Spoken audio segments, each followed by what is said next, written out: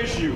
If you stand up for justice, then you stand up against injustice. Again and again and again. Wherever it is, whoever commits it, you stand up against it. And you don't back down because you say, what if that'll frighten someone?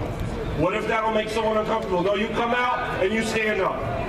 The other phrase that he said, and this was in a speech he gave at a 100,000 person march against the Vietnam War. This was 11 days after he came out against the Vietnam War. And people in the civil rights movement said, don't come out against the Vietnam War. That's not our issue. Our issue is civil rights only. We want to do this as Americans. And he came out and said it's a time to break the silence, right? And 11 days later, he spoke at a rally. And he said that the bombs in Vietnam fall at home. The bombs in Vietnam explode at home. So we can say, and we believe, and I'm with you when you believe it, that fighting racism at home, fighting police murder at home, is also fighting militarism abroad. There's a war at home and a war abroad. And when you support that, and I know you support that, I believe you and I'm with you, but what does it really mean? The powers that be see all of this as one thing. But on our side, sometimes we fight one thing, sometimes we fight another. When we stand up for Palestine, a 13-year-old kid, Palestinian kid, was shot in the heart by Israeli defense officers the other day. We stand up against that atrocity. We stand up against the John Crawford atrocity. We stand for the Kurds who are fighting ISIS, not waiting for imperialism to drop bombs, but fighting ISIS on the ground.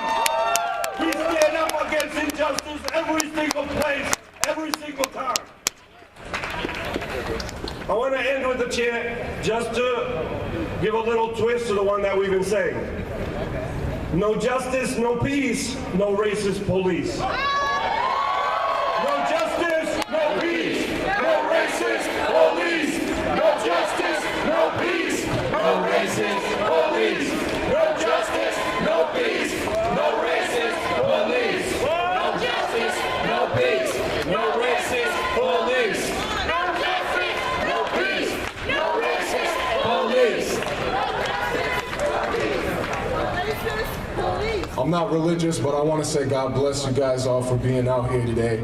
I want to share my experiences in Ferguson and St. Louis with you all. I learned something from being out there. I learned that you cannot read an article or a news report that makes sense to you logically and might even support your idea on the situation until you go there and you talk to those people. Until you realize that they are mothers, sisters, brothers, fathers, students, teachers, people just like you.